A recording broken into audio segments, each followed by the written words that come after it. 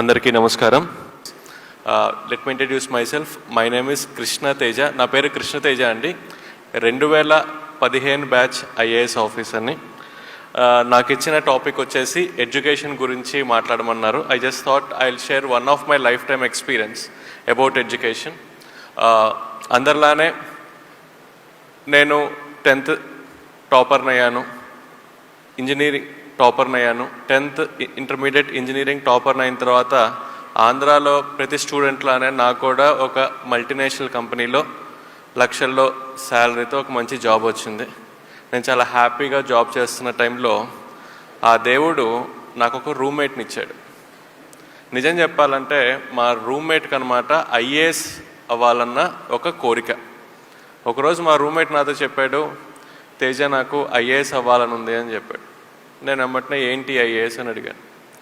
వెంబటనే వాడు నాతో అన్నాడు, జిల్లా కలెక్టర్ అవ్వాలని ఉంది అన్నాడు. నేను అప్పుడు వాడిని అడిగా, ఏంటి దాని ప్రత్యేకత, ఇక్కడ నీకు మంచి శాలరీ వస్తుంది కదా అంటే, అప్పుడు ఫస్ట్ టైం వాడు చెప్పాడు, ఒక ఐఏఎస్ అవుతే, ఒక జిల్లా కలెక్టర్ అవుతే జనాలకి ఏ విధంగా సేవ చేయొచ్చు అని చెప్పేసి. వాడు నిజం చెప్పాలంటే నన్ను మోటివేట్ చేసి వాడితో పాటు నన్ను కూడా తీసుకువెళ్ళి ఒక కోచింగ్ ఇన్స్టిట్యూట్లో ఐఏఎస్ చదవటం కోసం జాయిన్ చేశాడు. నేను వాడు ప్రతిరోజు ఈ ఐఏఎస్ కోసం కోచింగ్ ఇన్స్టిట్యూట్కి వెళ్ళి చదువుకొని రావటం జరిగింది. నేను ఎప్పుడైతే రోజు ఐఏఎస్ కోచింగ్కి వెళ్ళి వస్తున్నానో నాకు చిన్నగా అర్థమైంది, ఐఏఎస్ ఒక ఉద్యోగం కాదు, ఒక సేవ అని. నేను కూడా చాలా నీట్గా, చాలా కాన్సన్ట్రేటెడ్గా ఐఏఎస్ ఎగ్జామ్కి చదవటం మొదలుపెట్టాను. అలా ఫస్ట్ టైం నేను ఐఏఎస్ ఎగ్జామ్ రాశాను. నేను ఫెయిల్ అయ్యాను. నేను ఫెయిల్ అయినప్పుడు నేను అనుకున్నాను, నాకు జాబ్ చేసే టైంలో బాగా చదువుకోవటానికి టైం దొరకపోవటం వల్ల నేను ఫెయిల్ అయ్యాను అనుకొని నేను జాబ్ రిజైన్ చేసి నెక్స్ట్ 1 year మొత్తం 24 గంటలు ఐఏఎస్ కోసమే ప్రిపేర్ అయ్యి సెకండ్ టైం నేను ఐఏఎస్ ఎగ్జామ్ రాశాను. సెకండ్ టైం నేను ఫెయిల్ అయ్యా. సెకండ్ టైం ఫెయిల్ అయినప్పుడు నేను అనుకున్నాను, నేను 10th టాపర్ని, ఇంటర్మీడియట్ టాపర్ని, ఇంజనీరింగ్ టాపర్ని, నేను ఎలా ఫెయిల్ అవుతాను, ఇది ఒక బ్యాడ్ లక్ అయ్యి ఉంటుందని చెప్పి ఇంకొక సంవత్సరం 24 గంటల ఐఏఎస్ కోసం చదివి ఇంకొక సంవత్సరం చదివిన తర్వాత 3వసారి ఐఏఎస్ ఎగ్జామ్ రాశా. 3వసారి కూడా నేను ఫెయిల్ అయ్యా. మీరందరూ అబ్జర్వ్ చేస్తే ఆ దేవుడు నాకు జీవితంలో 3 పెద్ద సక్సెస్లు ఇచ్చాడు. 10వ తరగతి పెద్ద సక్సెస్ అయింది, ఇంటర్మీడియట్ పెద్ద సక్సెస్, ఇంజనీరింగ్ పెద్ద సక్సెస్. వెంబటనే అదే దేవుడు నాకు జీవితంలో 3 ఫెయిల్యూర్స్ కూడా ఇచ్చాడు. ఐఏఎస్ 1వసారి ఫెయిల్ అయ్యాను, 2వసారి ఫెయిల్ అయ్యాను, 3వసారి ఫెయిల్ అయ్యాను. ఎంత తెలియగలవాడికైనా 3 సార్లు ఫెయిల్యూర్ వచ్చిన తర్వాత వాడిలోని కాన్ఫిడెన్స్ లెవెల్స్ అంతా కిందకి వెళ్ళిపోతాయి, వాడి మోటివేషన్ లెవెల్స్ అంతా కిందకి వెళ్ళిపోతాయి. నాకు అసలు అర్థం కాలేదు, నేనేంటి, నాకేంటి 3 సార్లు ఫెయిల్యూర్ రావటం ఏంటి అని చెప్పేసి. దాదాపు 1 నెల నాలో నేను చెక్ చేసుకున్నాను, ఎందుకు నాకు ఈ ఫెయిల్యూర్ వస్తుంది అని చెప్పేసి. ఆ నెల రోజుల్లో నాలో నాకు ఒక తప్పు కూడా కనిపించలేదు. తర్వాత ఇంకొక నెల రోజులు నా ఫ్రెండ్స్ ఇంటికి వెళ్ళి ఫ్రెండ్స్ని అడిగాను అనమాట, అరే మీకు తెలుసు కదా నేను ఐఏఎస్ ప్రిపేర్ అవుతున్నాను, మీకు తెలుసా నేను ఎందుకు ఈ ఎగ్జామ్లో ఫెయిల్ అవుతున్నాను అని అడిగా. ఫ్రెండ్స్ అందరు నాతో ఉంటారు, తేజ నువ్వు తెలియగలవాడివి, నీకు బాగా గుర్తుంటాయి, నీకు కాన్సెప్చువల్ క్లారిటీ చాలా ఎక్కువ, మాకు అర్థం కావట్లేదురా నీకు ఎందుకు ఫెయిల్యూర్ వస్తుందో అని చెప్పారు. దాదాపు 1 నెల నాకు నేను పరిశీలించుకుంటే నాకు ఒక తప్పు కనిపించలేదు. ఇంకొక నెల నా స్నేహితులను అడిగినా నాకు ఒక తప్పు కనిపించలేదు. ఇంక నేను ఒక డెసిషన్కి వచ్చాను, ఐఏఎస్ నాకు రావటం కొంచెం కష్టమే అని చెప్పేసి. ఆ డెసిషన్కి వచ్చిన తర్వాత నేను ఒక ఐటీ కంపెనీకి జాబ్ కోసం అప్లై చేశాను. నాకున్న యూనివర్సిటీ క్రెడెన్షియల్స్కి నాకు వెంబటనే ఐటీ కంపెనీలో మంచి జాబ్ కూడా వచ్చింది. నాకు ఈ జాబ్ వచ్చిన విషయం నేను నా ఫ్రెండ్స్ అందరికీ ఫోన్ చేసి చెప్పానమాట, అరే ఇంకా నేను ఐఏఎస్ ఎగ్జామ్ రాయట్లేదు, ఐటీ జాబ్కి తిరిగి వెళ్ళిపోతున్నాను అని చెప్పేసి. నేను ఎప్పుడైతే ఈ విషయం నా ఫ్రెండ్స్కి చెప్పానో నా ఫ్రెండ్స్ నుంచి ఈ విషయం నా శత్రువులకు కూడా వెళ్ళింది, నా ఎనిమీస్కి కూడా తెలిసింది. నెక్స్ట్ డే మార్నింగ్ ఒక 6:30-7కి 3 నన్ను చూడటానికి నా రూమ్కి వచ్చారు. వాళ్ళు బెల్ కొట్టారు, నేను డోర్ ఓపెన్ చేశాను. నిజం చెప్పాలంటే వచ్చింది 3 శత్రువులు. వచ్చింది నన్ను పలకరించడానికి కాదు, నన్ను ఎక్కిరించడానికి అనమాట. సరే శత్రువులైనా సరే నా రూమ్ దాకా వచ్చారు కాబట్టి ఆ 3 లోపలికి రమ్మని చెప్పాను, కూర్చోమని చెప్పాను. అందులో ఫస్ట్ శత్రువు నాతో కూర్చున్న తర్వాత, తేజ నువ్వు చాలా మంచి పని చేసావు, నీకు ఐఏఎస్ రావటం కష్టమే, నీకు ఐటీ జాబ్ చాలా కరెక్ట్ అన్నాడు. నేను ఓకే అని చెప్పాను. రెండో శత్రువు అన్నాడు, తేజ నీకు ఐఏఎస్ అసలు రాదు, నీకు ఐటీ జాబే కరెక్ట్ అన్నాడు. నేను సరే అన్నా. మూడో శత్రువు అన్నాడు, తేజ నీకు ఐటీ జాబ్ కరెక్ట్ అన్నాడు. నేను సరే అన్నా. ఆ ముగ్గురు శత్రువులు నాతో మాట్లాడిన తర్వాత నేను ఆ ముగ్గురితో చెప్పాను, నాకు తెలుసు నాకు ఐఏఎస్ రావటం కష్టమే అని. కాకపోతే నాకు అర్థం కానిది ఏంటంటే ఎందుకు నాకు ఐఏఎస్ రావటం కష్టం అని. అప్పుడు ఫస్ట్ శత్రువు నాతో చెప్పాడు, తేజ ఏం లేదు, ఐఏఎస్ ఎగ్జామ్లో 2000 మార్క్స్కి రిటర్న్ ఎగ్జామినేషన్, నీ హ్యాండ్ రైటింగ్ కొంచెం బాగోదు కదా, అందుకని నీకు తక్కువ మార్క్స్ వస్తున్నాయి, అందుకని నీకు ఐఏఎస్ రావట్లేదని చెప్పాడు. వాడు చెప్పింది నిజమే, నా హ్యాండ్ రైటింగ్ బాగోదు, కాకపోతే నాకు తెలియంది ఏంటంటే నా హ్యాండ్ రైటింగ్ కారణం వల్ల నాకు ఐఏఎస్ రావట్లేదన్న ఒక విషయం. రెండో శత్రువు నాతో చెప్పాడు, తేజ ఐఏఎస్ ఎగ్జామ్లో 2000 మార్క్స్కి రిటర్న్ ఎగ్జామ్ కదా, ఏదైనా క్వశ్చన్ ఇస్తే దానికి సమాధానం నువ్వు 1వ పాయింట్ 2వ పాయింట్ 3వ పాయింట్ అని పాయింట్ వైజ్ రాస్తావు, కానీ ఐఏఎస్లో మంచి మార్క్స్ రావాలంటే ఒక విషయం మంచి లాంగ్వేజ్లో కథలాగా రాస్తే ఎక్కువ మార్క్స్ వస్తాయి, నీకు అది తెలియదు అని చెప్పాడు. వాడు చెప్పింది కరెక్టే. నేను ఇంజనీరింగ్ స్టూడెంట్ని, ఏదైనా క్వశ్చన్ ఇస్తే 1వ పాయింట్ 2వ పాయింట్ 3వ పాయింట్ ఎట్లా రాయాలో నాకు తెలుసు, కానీ ఒక విషయం మంచి భాషలో ఒక ఆర్ట్స్ స్టూడెంట్ రాసే విధంగా రాయటం నేను ఎప్పుడు నేర్చుకోలేదు, నాకు తెలియదు. మూడో శత్రువు చెప్పాడు, తేజ నువ్వు ఏం మాట్లాడినా చాలా సూటిగా మాట్లాడతావు, కానీ ఇంటర్వ్యూలో చాలా డిప్లొమాటిక్గా మాట్లాడితేనే మంచి మార్క్స్ వస్తాయి, అది నీకు తెలియదు, అందుకని నీకు ఐఏఎస్ రావట్లేదని చెప్పాడు. అట్లా 3 శత్రువులు నాకు 3 కారణాలు చెప్పి వాళ్ళు తిరిగి వెళ్ళిపోయారు. ఆ క్షణంలో నాకు జీవితంలో ఒక సత్యం అర్థమైంది. ఏంటి అంటే మన జీవితంలో పాజిటివ్స్ ఏంటో తెలుసుకోవాలి అంటే మనం ఎవరిని అడగాలి? మన ఫ్రెండ్స్ని అడగాలి.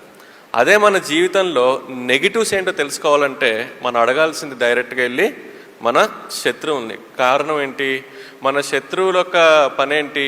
24 గంటలు మనల్ని అబ్జర్వ్ చేస్తూ మనలో ఉన్న నెగిటివ్స్ ఐడెంటిఫై చేయటం మన శత్రువుడు పని.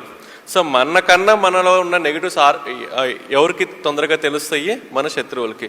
నాకు నా శత్రువుల కారణం వల్ల చాలా క్లియర్గా అర్థమైంది నాకు ఐఏఎస్ రాంది 3 కారణాలు అని. హ్యాండ్ రైటింగ్, నేను సమాధానం ఎలా రాస్తున్నాను అనే విషయం మీద, నేను మాట్లాడే విషయం మీద. వెంబటనే నేను మా నాన్నగారికి ఫోన్ చేశాను. నాన్నగారు నాకు ఇంకొక సంవత్సరం కూడా కావాలి, నేను ఇంకోసారి కూడా ఐఏఎస్ రాద్దామని. వెంబటనే మా నాన్నగారు తిట్టారనమాట. ఇంకేంటి 3 సార్లు నువ్వు ఫెయిల్ అయ్యావు, ఇంకా నువ్వు రిస్క్ తీసుకోవద్దు, వెళ్ళి జాబ్లో జాయిన్ అవ్వు అని చెప్పి.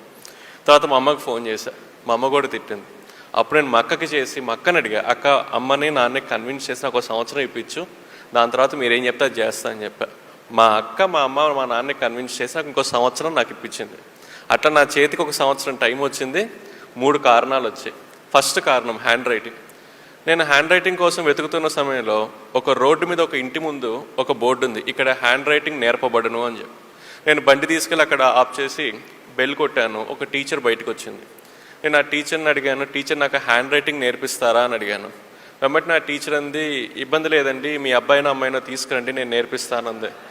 సో నేను అన్నాను, మా అబ్బాయికో అమ్మాయికో కాదండి, నాకు హ్యాండ్ రైటింగ్ నేర్చుకునే ఆమె షాక్ అయింది. ఇదేంటి 6 అడుగులుండి 25 వయసు ఉండి ఒకడు వచ్చి నేను హ్యాండ్ రైటింగ్ నేర్పించమంటున్నాడు అని చెప్పి. నేను ఆ టీచర్కి అర్థమయ్యే విధంగా చెప్పాను, టీచర్ నేను ఇట్లా ఐఏఎస్ అవుదాం అనుకుంటున్నాను, నా హ్యాండ్ రైటింగ్ కొంచెం బాగోదు, so I want to improve my hand writing అని. ఆమె నాకు 1 నెల రోజులు హ్యాండ్ రైటింగ్ నేర్పించింది. తర్వాత సంవత్సరం ప్రతిరోజు 2 గంటలు నేను హ్యాండ్ రైటింగ్ మాత్రమే ప్రాక్టీస్ చేశాను. ఈరోజు నేను నా ఆఫీస్లో నేను ఏమైనా ఫైల్ మీద రాస్తే మా క్లర్క్ కానీ నాతో పనిచేసే వాళ్ళు కానీ అడుగుతారు, సార్ ఇది ప్రింట్అవుటా హ్యాండ్ రైటింగ్ అని చెప్పి. ఆ విధంగా నేను నా హ్యాండ్ రైటింగ్ని మార్చుకున్నాను.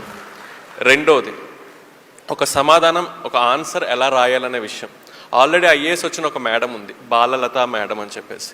నేను ఆ మేడం ఇంటికి వెళ్ళి, మేడం నాకు ఒక క్వశ్చన్కి ఆన్సర్ ఎలా రాయాలో గైడ్ చేస్తారా అని అడిగాను. మేడం రేపు రా అంది. నేను రేపు వెళ్ళి మేడంని కలిసా. మళ్ళీ రేపు రా అంది. మళ్ళీ నెక్స్ట్ డే వెళ్ళి మేడంని కలిసా. అట్లా 1 వీక్ మేడం నెక్స్ట్ డే అంది. నేను మేడం చెప్పిన స్థలంలో మేడం చెప్పిన సమయానికి వెళ్ళి మేడంని కలిసా. 7వ రోజు మేడం చెప్పింది, కృష్ణ నాకు అర్థమైంది నువ్వు ఒక కమిటెడ్ స్టూడెంట్ అని, నేను ఒక పని చేస్తా, నేను నీకు 365 ఎగ్జామ్స్ పెడతాను, ప్రతి ఎగ్జామ్ 3 గంటలు, ప్రతి ఎగ్జామ్ ఎర్లీ మార్నింగ్ 4ంటికి మా ఇంటికి వచ్చి రాయాలి. నువ్వు 4ంటికి వచ్చి 7 దాకా రాయాలి. ఏదైనా కారణం వల్ల నువ్వు ఒక ఎగ్జామ్ రాయకపోయినా, ఒక ఎగ్జామ్ లేట్గా రాసినా అది నీ లాస్ట్ ఎగ్జామ్ అవుతుందండి. సో నేను మేడం చెప్పిన విధంగా 1 సంవత్సరం ప్రతిరోజు మేడం ఇంటికి 4ంటికి వెళ్ళి 3 గంటల ఎగ్జామ్ 365 రోజులు రాశాను. నేను 365 రోజులు ఎప్పుడైతే ఎగ్జామ్ రాశానో ఆటోమేటిక్గా ఒక సమాధానం మంచి భాషలో కథలాగా ఎలా రాయాలో నాకు అర్థమైపోయింది. అదేవిధంగా నా మాట తీరు మార్చుకోవటం కోసం ఆల్రెడీ ఐఏఎస్ చదువుతున్న పిల్లలకి నేను కోచింగ్ ఇవ్వటం మొదలుపెట్టాను కోచింగ్ ఇన్స్టిట్యూట్లో. నేను ఎప్పుడైతే పిల్లలకి టీచర్గా అయ్యి కోచింగ్ ఇవ్వటం మొదలుపెట్టానో నాకు వెంబటిన అర్థమైంది ఒక విషయం, ఎదురు వ్యక్తికి బాగా అర్థమయ్యే విధంగా ఎలా మాట్లాడాలను. అట్లా 1 సంవత్సరంలో నేను ఈ 3 కారణాలని ఓవర్కమ్ చేసి 4వసారి ఐఏఎస్ కోసం ప్రిలిమ్స్ ఎగ్జామ్ రాశాను, క్లియర్ చేశాను. మెయిన్స్ ఎగ్జామ్ రాశాను, క్లియర్ చేశాను. అండ్ ఇంటర్వ్యూలో పార్టిసిపేట్ చేశాను, క్లియర్ చేశాను. I got all India 66 rank. So దాని తర్వాత I got Kerala cadre. So first 9 years I have to work in Kerala. అలా నేను అలపిలో 2 years సబ్ కలెక్టర్గా పనిచేశాను. తర్వాత 4 years కేరళ టూరిజం డైరెక్టర్గా. I was the youngest director general of Kerala tourism and the longest surviving director general of Kerala tourism for 4 years. దాని తర్వాత I worked in Alleppey and then I worked in Thrissur. Currently I'm working in Thrissur as district collector. So మీ అందరికీ తెలుసు IAS జీవితంలోనే చాలా important అయిన post జిల్లా collector అన్న పోస్ట్. నేను 2015లో ఐఏఎస్ అయినప్పటి నుంచి నేను బాగా ఎదురు చూస్తున్న ఒక నిమిషం, నేను ఎప్పుడు జిల్లా కలెక్టర్ అవుతాను అని చెప్పేసి. అట్లా 2015 నుంచి నేను ఎదురు చూస్తుంటే 2022 ఆగస్టు 2వ తారీఖు నాకు ఈవినింగ్ 7:30కి ఒక ఫోన్ వచ్చింది, రేపొద్దున వెళ్ళి అలపిలో జిల్లా కలెక్టర్గా ఛార్జ్ తీసుకో అని చెప్పేసి. అట్లా ఆగస్టు 3వ తారీఖు 2022 నేను అల్లపురాలో జిల్లా కలెక్టర్గా ఛార్జ్ తీసుకున్నాను. జిల్లా కలెక్టర్గా ఛార్జ్ తీసుకున్న తర్వాత నేను బాగా ఈగర్గా వెయిట్ చేస్తున్న ఒక క్షణం, నేను జిల్లా కలెక్టర్ అన్న పోస్ట్లో సైన్ చేయబోతున్న ఫస్ట్ ఫైల్ ఏదై ఉండొచ్చు అని చెప్పేసి. అట్లా బాగా ఈగర్గా వెయిట్ చేస్తున్నప్పుడు ఒక క్లర్క్ ఒక ఫైల్ పట్టుకుని ఒక క్యాబిన్లోకి వచ్చింది. నేను క్లర్క్ని అడిగాను ఏంటి ఆ ఫైల్ అని చెప్పేసి. అప్పుడు ఆ క్లర్క్ చెప్పింది, సార్ వర్షాలు పడుతున్నాయి కదా, రేపు పిల్లలకి హాలిడే ఇచ్చే ఫైల్ సార్ అంది. సో నా జీవితంలో జిల్లా కలెక్టర్గా నేను సైన్ చేసిన ఫస్ట్ ఫైల్ ఏంటయ్యా అంటే పిల్లలకి హాలిడే డిక్లేర్ చేయటం. నార్మల్లీ పిల్లలకి హాలిడే ఇస్తేనే వాళ్ళు భయంకరంగా సంతోషంగా ఫీల్ అవుతారు.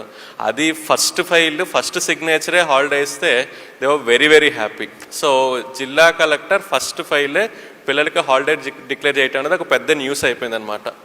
సో అలపిలో ఉన్న పిల్లలందరూ నన్ను చాలా హ్యాపీగా థ్యాంక్ యూ కలెక్టర్ మామయ్య అని చెప్పేసి ఫేస్బుక్లో they started sharing their happiness that I declared a holiday to them. అట్లా ఒక 2 weeks తర్వాత ఒక అమ్మాయి నన్ను చూడటానికి వచ్చింది. నేను అడిగాను ఏంటమ్మాయి ఎందుకు వచ్చావు అంటే, అమ్మాయి చెప్పింది అందరం మిమ్మల్ని కలెక్టర్ మామయ్య అని పిలుస్తున్నారు కదా, సో నేను కూడా ఒక చనువు తీసుకొని మిమ్మల్ని ఒక సహాయం కోసం వచ్చాను అంది. ఏం సహాయం కావాలి అన్నాను. అప్పుడు అమ్మాయి నాతో చెప్పింది, మా నాన్నగారు కోవిడ్ టైంలో చనిపోయారు, నాకు నర్సింగ్ చదువుకోవాలని చెప్పి చాలా కోరిక, కానీ మా అమ్మకి నర్సింగ్ ఫీ పే చేసే స్థితి ఈరోజు ఈ నర్సింగ్కి ఫీ పే చేసే పరిస్థితి ఈరోజు మా ఇంట్లో లేదు అని చెప్పింది అనమాట.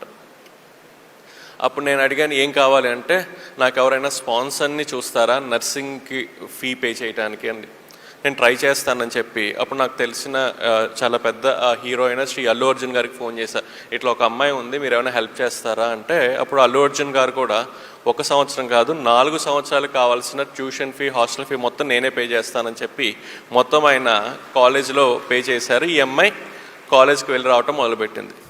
మీకు తెలుసు కదా, అల్లు అర్జున్ గారు సహాయం చేశారంటే అది ఆబ్వియస్లీ ఇంకా పెద్ద న్యూస్ అయిపోతుంది. సో అది కేరళ మొత్తం పెద్ద న్యూస్ అయిపోయింది అనమాట. ఆ న్యూస్ చదివి నెక్స్ట్ డే ఇంకొక అమ్మాయి నన్ను చూడటానికి వచ్చింది.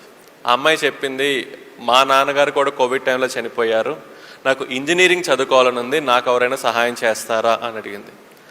ఆ టైంలో నాకు ఒక విషయం అర్థమైంది ఏంటంటే, పిల్లలు నన్ను ఊరికే కలెక్టర్ మామయ్య అని పిలవట్లేదు, వాళ్ళు నాతో చెప్తున్నారు మా అమ్మ మా నాన్న తర్వాత మమ్మల్ని చూసుకునే రెస్పాన్సిబిలిటీ మీకు ఉంది అని చెప్పడానికి వాళ్ళు నన్ను అలా పిలుస్తున్నారన్న విషయం నాకు అప్పుడు అర్థమైంది. అప్పుడు నేను నా మనసులో ఒక మాట అనుకున్నాను, నేను అలపికి జిల్లా కలెక్టర్గా టైంలో అలపిలో ఎంతమంది పిల్లలకైతే కోవిడ్ టైంలో అమ్మా నాన్న చనిపోయారో వాళ్ళందరికీ వాళ్ళు చదువుకునేదాకా స్పాన్సర్ని ఐడెంటిఫై చేసి ఇస్తాను అని చెప్పేసి నేను ఆ మనసులో మాట అనుకున్నప్పుడు నాకున్న ఒక ఊహ ఏంటంటే ఒక 20-30 మంది పిల్లలకి అయి ఉంటారు అమ్మ నాన్న చనిపోయిందని. కానీ సర్వే చేసిన తర్వాత నాకు అర్థమైంది ఏంటంటే అలపిలో కోవిడ్ టైంలో అమ్మ నాన్న చనిపోయిన పిల్లలు 20-30 కాదు, 100 కాదు, 200 కాదు, 293 మంది పిల్లలకి కోవిడ్ టైంలో అలపిలో అమ్మ నాన్న చనిపోయారు. కానీ మనసులో ఒక మాట తీసుకున్నాను కాబట్టి వాళ్ళ కోసం నేను ట్రై చేయటం మొదలుపెట్టాను.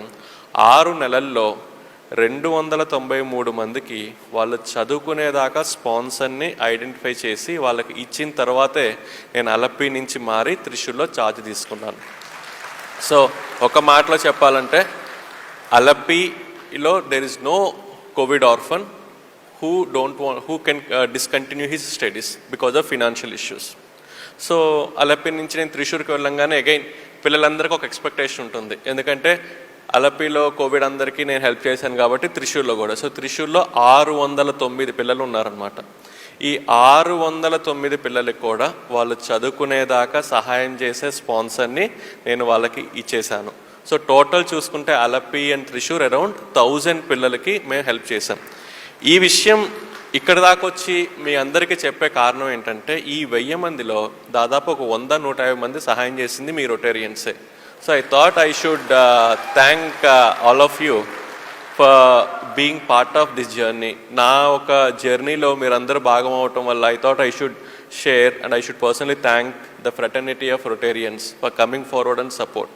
And చాలా కొంత టైంలో ఒక్కొక్కరు ఇండివిజువల్గా స్పాన్సర్ చేశారు, కొన్నిసార్లు రోటరీ యాజ్ ఎ బ్రాంచెస్గా స్పాన్సర్ చేసినాయి. But they came forward with welcoming hand. So thank you so much. So ఇవన్నీ మీకు చెప్పడానికి కారణం ఏంటంటే మీరు ఉన్న ప్లేస్లో కూడా ఇదే ఒక అవసరంతో పిల్లలు ఉన్నారు. అలపిలోనే కాదు పిల్లలకి అమ్మ నాన్న చనిపోయింది, త్రిశూర్లోనే కాదు పిల్లలకి కోవిడ్ టైంలో అమ్మ నాన్న చనిపోయింది. ఈవెన్ విజయవాడలో కూడా నాకు తెలిసి ఇదే ఒక పరిస్థితి ఉంటుంది, గుంటూరులో కూడా ఇదే పరిస్థితి ఉంటుంది, మీరున్న ఏరియాస్ కూడా ఇదే పరిస్థితి ఉంటుంది. So wherever it is possible try to support this children. There are this children, okay, covid కారణం వల్ల ఇబ్బంది పడుతున్న పిల్లలు ఉన్నారు. So they need your support. Looking forward and thank you so much for giving me this opportunity and hope I made it short and interactive. Thank you so much.